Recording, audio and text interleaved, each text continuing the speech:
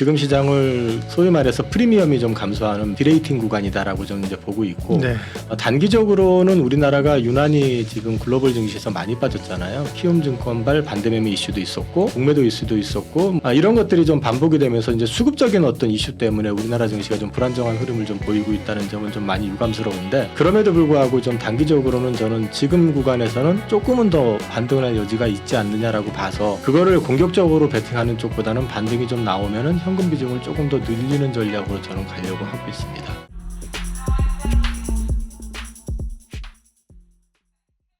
안녕하십니까. 예민수의 경제토크입니다. 오늘은 하이투자증권 강북 WM센터 이영훈 이사님 오셨는데요. 예, 연말 시장 흐름 어떻게 될지 고민하도록 하겠습니다. 어서 오십시오. 네, 안녕하십니까. 그러게요. 시장이 좀 될 법, 그다음에 산타 랠리를 연말 랠리를 기대하는데 뭐 쉽지는 않은 상황입니다. 일단 뭐 매크로부터 좀 챙기면요. 그래서 금리는 뭐 일단 더 올리는 거 어려운 거 아닌가? 10년물 미국채 수익률도 조금 안정적으로 가는 것 아닌가? 싶은데요. 네. 그 저는 우리나라 그 현대차의 주가 흐름을 보면서 느낀 게 네. 항상 나오는 게 현대차 피크아웃에 대한 얘기잖아요. 그렇죠. 그러니까 실적은 계속 서프라이즈한데 피크아웃이 계속 나온다는 얘기는 그 향후 어떤 경제의 전망이 지금보다는 좀 톤다운이 될 가능성이 높지 않느냐라고 시장에서 이제 해석을 하고 있다라는 생각을 했고 그거에 대한 부분을 좀 구체화시킬 수 있었던 거는 미국의 그 매그니피센트 7개 종목이라고 하는 회사들이 지난번에 실적 발표를 하면서 그 포워드 가이던스를 제시하면서 한 개 종목을 빼곤 다 주가가 빠졌습니다. 물론 지금 다시 미국 증시 반등하면서 오르기는 했지만 근데 그 포워드 가이던스가 나오면서 빠졌던 이유는 그 다음 분기에 대한 전망 자체를 톤다운을 많이 했거든요. 그리고 실제 미국 경제 지표 자체들이 전반적으로 소비 지난 3분기 그 경제 성장률이 4.9% 나오는데 연율로 그 내용을 열어보게 되면은 이제 소비가 상당한 부분 거의 상당 부분을 차지했는데 미경제 소비가 포션이 크니까요. 네, 예. 그 소비의 질을 나중에 이제 지표를 통해서 보시면 질 자체가 많이 좀 떨어지는. 그래서 이제 소비 역시도 좀 어느 정점에 좀 임박한 네. 거 아니냐 이제 그런 느낌을 갖게 했기 때문에 기본적으로 이제 경기 둔화에 대한 그죠? 네네. 생각들을 걱정들을 기업이나 시장이 좀 하고 있다는 거죠. 그래서 저는 네. 조금 지금 시장을 그 소위 말해서 프리미엄이 좀 감소하는 디레이팅 구간이다라고 저는 이제 보고 있고 네. 그런 맥락에서 지금 이제 저는 현금 비중을 일정 부분을 유지를 하고 있는 상황이고요. 네. 단기적으로는 우리나라가 유난히 지금 글로벌 증시에서 많이 빠졌잖아요. 키움증권발 반대매매 이슈도 있었고, 그다음에 공매도 이슈도 있었고, 뭐 그러다가 또 갑자기 공매도 한시적 중단 얘기 나오면서 또 급등했다가 지난주 내내 또 화요일부터 빠지고. 네. 이런 것들이 좀 반복이 되면서 이제 수급적인 어떤 이슈 때문에 우리나라 증시가 좀 불안정한 흐름을 좀 보이고 있다는 점은 좀 많이 유감스러운데 그럼에도 불구하고 좀 단기적으로는 저는 지금 구간에서는 조금은 더 반등할 여지가 있지 않느냐라고 봐서 그거를 공격적으로 베팅하는 쪽보다는 반등이 좀 나오면은 현금 비중을 조금 더 늘리는 전략으로 저는 가려고 하고 있습니다. 네. 일단 전체 큰 그림은 그렇게 말씀을 드리고요. 예. 달라진 환경에 대해서 하나씩 좀 설명을 드리겠습니다. 먼저 지금 10월하고 11월하고 달라진 거 보면은 첫 번째는 미국채 10년물 수익률 자체입니다. 5%를 넘게 찍었다가 지금은 4.5를 깼다가 지금은 4.646인가로 네. 지금 돼 있는데요. 어찌됐든 이 부분에 있어서 이제 미국채 10년물이 주고 있는 부담 자체는 상당 부분 어느 정도 완충이 좀 되고 있다는 거. 원달러 환율 역시 1360원까지 갔던 게 1300원을 찍었었는데 오늘 보니까 다시 또 이제 반등을 해서 1324원. 어쨌든 레벨이 좀 내려왔고요. 예. 좀 내려와 있는 거죠.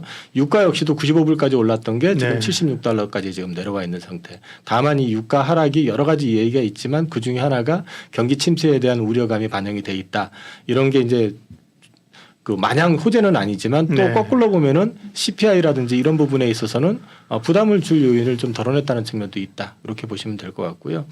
우리나라 내부적으로는 이제 키움증권발 반대매매 이슈 때문에 그 소위 말해서 증거금 100% 종목들 이런 것들이 지정이 된 게 있는데 대부분이 2차전지 관련된 주식이었었고 이게 수급의 악화를 불러가지고 지난번에 하락을 할 때 2차전지 급락 물론 그 실적에 대한 노이즈도 있었지만 그게 이제 가속화시키는 요인도 됐었고요. 여기에 더해서 신용 물량이 20조 대가 이제 17조 대까지 지금 많이 이제 급감하는 그런 그림이 좀 그려졌었기 때문에 전체적인 환경을 놓고 보면은 개선이에요, 그죠? 네, 개선이 된 건 네, 맞습니다. 네. 그리고 종합지수가 지난번에 2299를 찍으면서 120개월설 10년봉 차트를 차트 이평선을 찍었거든요. 이동평균선 10년 봉이 깨지는 경우들은 보면은 지난번 코로나 팬데믹이라든지 네. 금융위기라든지 아주 좀 큰 리스크가 좀 돌발이 됐을 때 그럴 때 깨지는데 일단 터치를 했었다가 잠깐 깼다가 올라왔다는 점에서 봤을 때 지금 현재 어떤 금융 환경으로 봐서 크게 무리가 없다라면은 다시 이거를 깨고 내려갈 가능성보다는 거기를 저점으로 해가지고 반등을 줄 여지가 있지 않겠느냐. 그리고 마지막으로 우리나라 그 수출 데이터 10월 달 걸 보시면 13개월 만에 처음으로 YOY로 증가를 했다. 5.1% 증가했고요. 10일자까지 수출 데이터를 보니까 3.2% 증가한 걸로 잡히거든요. 근데 지금 수출 데이터 세부 내역을 보면 반도체 쪽 같은 경우는 반도체 그 메모리 쪽 같은 경우는 그 증가폭 자체가 3.2%를 훨씬 초과하는 10%대 이상의 증가폭을 보여주고 있다. 이런 측면을 놓고 봤을 때는 일단 금융 환경은 나쁘지 않다. 근데 그렇게 보면 주가가 또 반등했어요. 왜냐하면 우리가 공매도 이슈가 이제 중간에 노이즈가 생긴 거잖아요. 네네. 공매도 금지 이슈가 없어도 사실은 꽤 큰 가격 조정을 조금 딛고 일어나려던 차였거든요. 예, 예. 거기 공매도 이슈가 이러면서 뭐 세상 달라지는 것처럼 하루 오버시팅 했던 게 문제고 2,300 지난번에 살짝 했잖아요. 2,300 하더라도 뭐 2,400 때까지는 그죠. 이 정도의 지금 반등이 이미 온 거니까 네네. 지금 말씀하신 어떤 환경 개선을 시장은 또 뭐 일정 부분 반영 또 했다. 이렇게도 볼 수도 있을 것 같아요. 그렇게 볼 수도 있고요. 예. 그다음에 이제 제가 이제 주목하고 있는 거는 이제 키움증권발 반대매매 노이즈가 네. 여타 국가들보다 우리나라의 어떤 수급을 더 악화시키면서 더 추가 급락을 시킨 요인이 있다. 이제 그 부분이 아직은 이제 그 부분이 반영이 되는 정도 아니겠느냐라고 네. 저 개인적으로는 생각을 하고 있고 그다음에 이제 추가 상승의 가능성 여지는 좀 열려 있다고 보는 거는 여타 국가 대비해서 워낙에 낙폭이 컸었던 데다가 환율도 불안했었잖아요. 위안화 따라가면서. 근데 어찌 됐든 1,360원대에서 1,300원대 초반까지 올라온 상황이니까 이런 여기에다가 지금 반도체 수출이 굉장히 좋아지는 그림이 나오고 있으니까 어찌됐든 간에 작년에 워낙에 안 좋았던 측면도 네. 있지만요. 근데 이제 그런 것들이 좀 반영이 되면 추가적으로 반등할 여지는 있어 보인다. 다만 오늘 이건 제가 확인한 건 아닌데 아무래도 롱숏 펀드들이 지금 운신할 수 있는 폭이 없잖아요. 공매도를 못 치게 하니까. 그렇게 되니까 이제 외국계 자본 일부가 롱숏 관련된 자본 일부가 이제 주식을 좀 청산을 하는 환매를 하는 그런 움직임이 있다라는 얘기를 루머로 들었거든요. 근데 공교롭게 오늘 반도체 소부장 주식들이 굉장히 급락하는 모습을 보여줬잖아요. 그래서 그게 사실 여부를 떠나가지고 여전히 우리나라는 좀 수급적인 노이즈에 좀 노출이 돼 있기 때문에 이게 어느 정도 좀 시간을 좀 필요로 하지 않을까. 네. 네, 그렇게. 반도체 뭐 한미 반도체 실적 쇼크 영향이 뭐 있었고요. 지금 말씀하신 단기적으로야 이런 정책의 불확실성을 외국인 자금 또 단기 자금이야 영향 받지 않겠어요, 그렇죠? 네. 중장기 어쨌든 이게 참 우리가 어떻게 보면 지금 MSCI 선진지수 정도 들어가서 좀 이게 변동성을 줄이면서 가야 될 오히려 그런 상황이거든요. 네네. 그런데 오히려 후퇴하는 그런 정책을 좀 내놓은 것 같아서 아쉽고요. 그러면 수출과 반도체 이 부분을 조금 더 체크를 해보도록 할게요. 네. 네. 이거는 보도자료로 이제 10월 수출입 현황 나왔던 거를 이제 정리를 해놓은 거고요. 뭐 요점은 YOY로 13개월 만에 처음으로 수출이 증가세로 돌아섰다. 이게 여기서 그치는 게 아니라 11월, 12월 가면서 좀 이어질 가능성이 네. 높다. 반가운 그러면은 소식이죠. 예, 펀더멘탈 자체는 우리나라가 경제적인 펀더멘탈은 좋아지는 그림이다라는 걸 이제 말씀드리는 거고. 네. 이게 이제 수출 관련된 부분들 YOY로 해가지고 증감률을 표시해 놓은 거고요. 요거는 뭐 그 내용이니까 이제 반도체 쪽으로 보시면 네. 차트를 보시면 D램 수출 금액 그다음에 이제 YOY 그 증감률을 보시면은 지금 올라오는 모습이 보이지 않습니까 지금. 그래서 요런 그림이 지금 현재 11월에도 11월 10일까지 아까 제가 보니까 반도체 쪽만 따로 놓고 보면은 10몇 프로 20% 가까이가 되더라고요. 그 얘기는 이제 이 반도체가 어찌 됐든 지금 그 또 리스타킹 수요도 좀 있는 것 같아요. 저 중국 쪽 스마트폰 시장이 생각보다 또 그 발주가 좀 많이 나온다고 하는 얘기도 있고 해서 좋아지는 그림이 나오고 있기 때문에 요 수출 관련된 부분은 확실히 좋아질 것이다. 지금 D램 중국 비중 같은 경우도 보시면 수출로 했을 때 중국 비중이 상당히 많이 올라오는 요 빨간 선 차트를 보시면은 굉장히 급격히 올라오는 모습을 보여주고 있는 게 이제 그런 걸 반영하고 있는 것 같고요.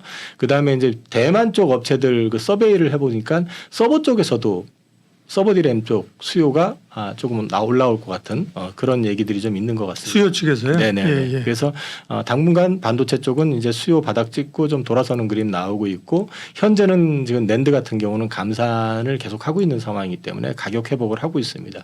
다만 문제가 워낙에 빠졌기 때문에 지금 가격 회복을 한다고 해서 낸드가 흑자 전환되는 건 아닙니다. 그리고 이제 그 원달러가 이거 1307원이고 굉장히 의미 있게 빠져가지고 찍어놨는데 오늘 보니까 1324원까지 또 도로 빠져버려가지고 도로 올라버려가지고 조금 그 부담스럽기는 한데 제가 이제 그 매달 초에 다른 그 채널에서 이제 아침에 하는 게 있는데 거기서 예, 말씀을 드렸던 게 뭐냐면 그 10월 달에는 제가 미국제 10년물을 보시라라고 했는데 11월에는 우리나라 환율을 보시라고 말씀을 드렸거든요. 그러니까 10년물 국채의 수익률의 변동폭이 11월에는 그렇게 심각할 것 같지는 않으니까 오히려 우리나라 원달러 환율이 강화되면 그러니까 원화가 강세가 됐을 경우에 우리한테 좀 긍정적인 작용이 될 가능성이 있다 해서 말씀을 드렸는데 공교롭게 굉장히 좋다가 그날 이후 고점 찍고 저점 찍고 다시 네. 올라가는 그림이 나와서 조금 그게 지금 주가의 어떤 흐름을 보여주고 있는 거 아닌가. 원화가 좀 환율이 떨어져 주면, 그러니까 원화가 강세로 가게 되면 이제 어떤 점이 이제 우호적인 거예요? 일단 우리나라가 반도체 쪽이 지금 이번에 수출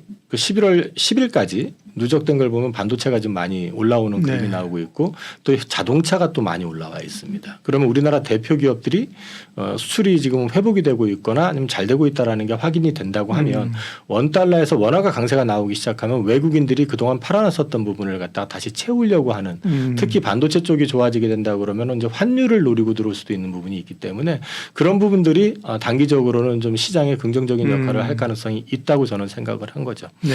그리고 이 차트는 이제 미국 관련된 부분인데요. 이제 CPI 관련해 가지고 지금 그 동안에 이제 그 연준에서 계속 얘기하는 게 인플레 2% 잡기 전까지는 절대 금리 인하 안 해라고 얘기를 했는데 최근 연율로 봤을 때 3개월하고 6개월 그 CPI를 갖다가 환산을 하면은요 지금 3% 언더로 내려와 있는 상태거든요.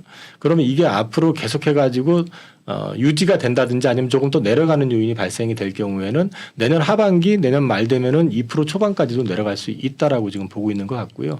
특히 최근에 이제 유가의 급락은 이 부분에 있어서는 플러스 효과를 좀 주는 부분이 분명히 있다. 그래서 이 차트 상으로 봤을 때 CPI가 추가로 급등할 가능성은 좀 제한적이다. 아마 이번 주에 CPI 발표가 있을 그렇죠. 건데 예.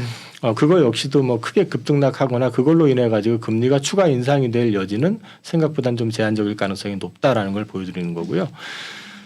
미국 그 비농업 고용지수 10월 달에 지난 발표 10월 말에 발표났던 건데요. 이거 이제 그때 서프라이즈였었죠. 예상보다 오히려 또 적게 나오고 지난달 대비해서 한 반 정도밖에 안 나왔다 그래서 서프라이즈였었는데 사실 그 내용은 약간 디스하는 건 아니지만은 그 실제로 보면은 UAW 파업 여파가 좀 있었다라는 얘기. 그다음에 이제 IT 기업 쪽에서 뭐 작가들이라든지 이런 협회들 쪽에 파업도 좀 있었고요. AI 이슈 때문에 그런 것들이 좀 상당 부분 작용을 했기 때문에 이게 앞으로 지속적으로 될지 여부는 좀 지켜볼 필요가 있다.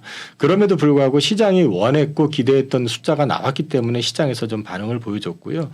여기서 이제 거기에 플러스 알파 해가지고 조금 기대를 하는 거는 시간당 임금이 전월 비해서 좀 줄었다. 이제 줄었다는 게 이제 증가율이 좀 줄었죠. 상승률이. 네. 그런 부분들이 좀 시장에 이제 긍정적인 요인을 줬기 때문에 고용과 관련된 부분도 좀 좋아지는 거 아니냐라고 기대를 하고 있는 것 같고 그다음에 이제 FOMC에서 나왔던 얘기를 이제 종합해서 보면 다른 거는 다 차치하고 딱 한 가지 그 점도표상으로 이제 금리 인상에 대해서 한번 물어봤었는데 그 파월 의장이 항상 그때 이제 금리 추가 인상할 거냐고 물어보면은 우리 최근 점도표 보면 알 거 아니야라는 식으로 넘어갔었는데 이번에는 그렇게 정리를 하지 않고 우리 다음 달에 점도표를 다시 갱신을 하는데 그때 여러 가지 변수를 다 감안해서 볼 거다라는 식으로 말을 좀 흐렸어요. 근데 이제 연준 의장의 기자회견이나 연준 인사들의 발언을 보면은 이게 딱 집어가지고 우리 안 해 이런 식으로 얘기를 하는 게 아니라 그 언어의 뉘앙스를 가지고 많이 해석을 하는데 추가적으로 금리 인상은 없을 가능성이 높지 않느냐라는 걸 이제 보여준 것 같고 그 다음에 이제 중립금리 관련해 가지고는 지난달에서는 그러니까 9월에서는 뭐라고 했었냐면 올랐을 수도 있다라는 뉘앙스로 얘기를 했는데 모르겠다는 취지로 이제 다시 얘기를 했거든요. 그래서 톤다운을 좀 시켰다라는 측면에서 다음 달 금리 인상 가능성은 좀 제한되지 않느냐. 그러면 연말에 한 번 정도는 반등장을 좀 기대할 수 있지 않느냐 해서 미국 증시는 오르고 있는데 왜 우리가 못 오르느냐 이제 네. 그런 좀 아쉬움이 좀 그렇죠. 남아 있죠 예. 지금. 이건 뭐 국채 관련해 가지고는 다들 아실 테니까 비레크먼 이슈하고 그다음에 채권 발행 비중에서 10년물 비중을 좀 줄였다 뭐 이런 것들이 좀 나와 있고요. 이제 여기서 제가 그 소비와 관련된 부분을 잠깐 좀 말씀을 드리려고 하는 거는 이게 지금 그 소비와 관련된 부분에 있어 가지고 지표를 보면은 크레딧 카드 사용량 여기 파란색으로 되어 있는 게 보면은 갑자기 급하게 올라가는 부분이 나옵니다. 그에 반해서 이제 학자금 대출 이런 것들로 해가지고 확 줄어버리는 건 나온다는 거는 이쪽 이제 소비의 여력이 그만큼 줄어들고 있다라는 얘기를 지금 이제 표상으로 지금 보여주고 있는 거고요. 이 부분을 연이어 가지고 조금 설명을 좀 드리면은 지금 실제로 은행 잔고를 보게 되면은 은행 잔고 역시 상당히 많이 역대급으로 지금 감소가 돼 있는 상황이고요. 그 다음에 이제 그 신용카드 불법 사용, 신용카드 사용에 부정 사용하는 이제 빈도 자체가 굉장히 많이 올라가 있습니다. 그래서 역대급으로 좀 올라가 있는데 이런 사고가 많이 나는 때가 언제냐면은 경기가 고점에서 꺾이기 시작할 때, 그러니까 소비가 침체되기 시작하는 시점부터 이제 올라가기 시작하는데 그런 부분들 지표들이 상당히 지금 많이 올라가 있다. 이런 측면을 놓고 봤을 때 미국 소비 자체도 이제는 여전히 지금 고공행진을 하고 여전히 소비 지표는 안 주는 모습을 보여주고 있지만은 이 센티 자체, 그다음에 내부적인 실제 어떤 퀄리티 자체는 굉장히 떨어지고 있다. 그래서 미국의 소비 지표 역시도 이제 꺾이는 모습이 좀 보여질 가능성이 높다라는 거를 이제 말씀을 드리고 있고요. 그다음에 이제 마지막으로 골드만삭스에서 이제 각 국가별로 그 인플레와 관련된 그림을 갖다 이제 보여준 거거든요. 여기 보시면 확실히 이전보다는 핵심 인플레 관련해 가지고 이제 줄고 있는 의미 있게 감소하고 있는 그 모습을 좀 보여주고 있는 막대 그래프 차트입니다. 요거는 참고하시면 될 것 같습니다. 그리고 좀 여쭤봐야 될 게 저희가 이제 월요일 날 방송을 촬영하고 있는데 이번 주에 말씀하신 물가하고 연방정부 예산안 시한이 또 돌아오잖아요. 네네. 무디스는 또 신용등급 전망을 좀 내렸는데 이게 등급 전망 내린 거야 피치 보니까 또 몇 개월 있다가 실제로 또 등급 내리더라고요. 정치적인 것도 있고 시간을 좀 몇 개월 있을 수 있는데 예산안은 당장 이번 주여가지고 그죠? 예, 예. 안 되면 또 뭐 셧다운 얘기가 나오고 그럴 텐데 영향은 어떻게 보세요? 이거 이제 제가 기사는 실었는데 이 부분에 있어서 오늘 사실은 이제 미국 그 선물 같은 경우는 좀 이제 한 80포인트 정도 빠지는 그림이 나왔는데 사실 그 주말에 미국 증시에는 반영이 거의 안 됐었고요. 그렇죠. 예. 근데 이제 이게 저도 이걸 곰곰이 생각을 해봤는데 지난번에 피치에서 등급 하향했을 때 처음엔 영향 없어야다가 나중에 얻어맞았잖아요. 그렇죠. 예. 근데 요번에 같은 경우는 결국 지금 이제 돌아가는 어떤 판세가 공화당이 신임 의장이 되고 나서 이게 소위 강경파가 되고 나서 더 꼬이는 듯한 느낌. 그러니까 이 사람도 지금 셧다운을 안 시키려고 하기 때문에 임시 예산안을 지금 하자라고 얘기를 하는데 민주당에서 거부. 그다음에 공화당 내부의 매파들 역시도 그러니까, 싫어하는 거죠. 그러니까 이쪽 이러지도 못하고 저러지도 못하는 상황이다 보니까 결국은 셧다운의 가능성이 좀 커지는 거 아니냐는 우려감이 이번 주에는 있을 가능성이 있어 보입니다. 근데 지금 이 부분이 좀 저도 이건 예측하는 거는 사실 쉽지 않을 것 같은데 어찌됐든 간에 이전 그 메카시 하원 의장 때보다는 확실히 리스크는 좀 더 커진 거 아니냐라고 보여지는데 이게 이제 만약에 그거로 인해서 충격을 받게 될 경우에는 예전에도 한번 그런 일이 있었고 그런 충격이 있었을 때 물론 저기 트럼프 때는 굉장히 꽤 긴 시간을 그랬었지만은 그 오바마 때였었나요? 그때는 사실 그 의원들 암살 위협도 받고 막 난리가 났었거든요. 그래서 그 사람들이 이런 부분들에 대해서 전혀 모르는 건 아닐 거라고 보면은 어떤 식이든 조금 절충안 비슷하게 해가지고 또 저는 그냥 임시 예산안이 좀 합의가 되지 않겠냐라고 저는 생각을 하거든요. 근데 이제 바이든 입장에서도 그냥 덥석 물어버릴 수 없는 상황인 거고 공화당 하원의장 입장에서도 여기서 한번 또 생채기가 나면은 뭐 메카시의 전철을 따라갈 가능성이 높기 때문에 그런 노이즈는 직전까지는 좀 있을 것 같기 때문에 주 초반, 주 중반까지는 그런 영향을 좀 받지 않을까. 근데 저는 셧다운까지 갈 가능성은 현실적으로 봤을 때는 그렇게 커 보이진 않는다라고 생각을 하고 있습니다. 지난번에 그 임시 예산안 합의될 때도 뭐 일주일 전에 되는 게 아니고 3일 전에 되는 게 아니고 거의 닥쳐야 그죠? 막판까지 해가지고. 저는 좀 이번에 그 국회의장 그 하원의장 메카시 의원 그 탄핵할 때 저는 민주당 의원들이 좀 미쳤나 하는 생각을 했거든요. 사실은 가장 좀 다루기가 좀 쉬운 사람이 인물인데 어차피 그 사람 아웃되고 나면은 새로 오는 사람은 다 강경파가 들어올 텐데 왜 저러지 싶었거든요. 사실은. 근데 이제 그래서 그 내부에 적이 따로 있는 거 아닌가 이제 그런 생각도 해봤었는데 네. 어찌됐든 지금은 이런 부분들은 뭐 현실이 이제 다가오고 있는 상황인데 아무리 매파라고 하더라도 이거를 갖다가 셧다운하는 거는 그렇게 쉽지는 않을 부담을 안 느낄 수 없을 거라고 저는 보고 있기 때문에 그런 부분들에 대해서 좀 이번에도 결국에는 학원의장의 생채기가 일정 부분 나지 않을까 그렇게 보고 있습니다. 네. 이 뭐 정치적인 이슈이기 때문에 말씀하신 것처럼 예측이 어렵고요. 또 뭐 무디스가 신용등급 내린다고 경고하니까 무서워가지고 순한양처럼 의원들이 아이고 저희가 잘못했어요. 이럴 리도 없고 그죠. 네네네. 정치인들이 뭐 갈 때까지 가는 사람들이기 때문에요. 부담이 있습니다. 그럼에도 불구하고 어쨌든 여러 매크로 변수들을 정황들을 미국의 금리나 우리 환율이나 이런 걸 종합했을 때 추세는 아니지만 일정 부분 조금 더 상승할 여지는 열어놓고 대응하자. 저는 이제 반등 가능성이 있다. 네. 그래서 이제 반등할 때 제가 이제 앞서 말씀드렸지만 저는 디레이팅 구간이라고 보고 네, 있고 네. 내년 초가 이제 소위 말해서 경기 후퇴 내지는 침체 내지는 뭐 소프트 랜딩이든 하드 랜딩이든 어떤 그림을 좀 보여줄 가능성이 있기 때문에 저는 연말 되기 전에 현금 비중을 좀 더 늘릴 네. 생각이다라는 취지로 말씀을 드렸습니다. 네. 매크로 시장 변수와 연말 전략 하이투자증권 이영훈 이사님과 세웠습니다. 고맙습니다. 네, 감사합니다.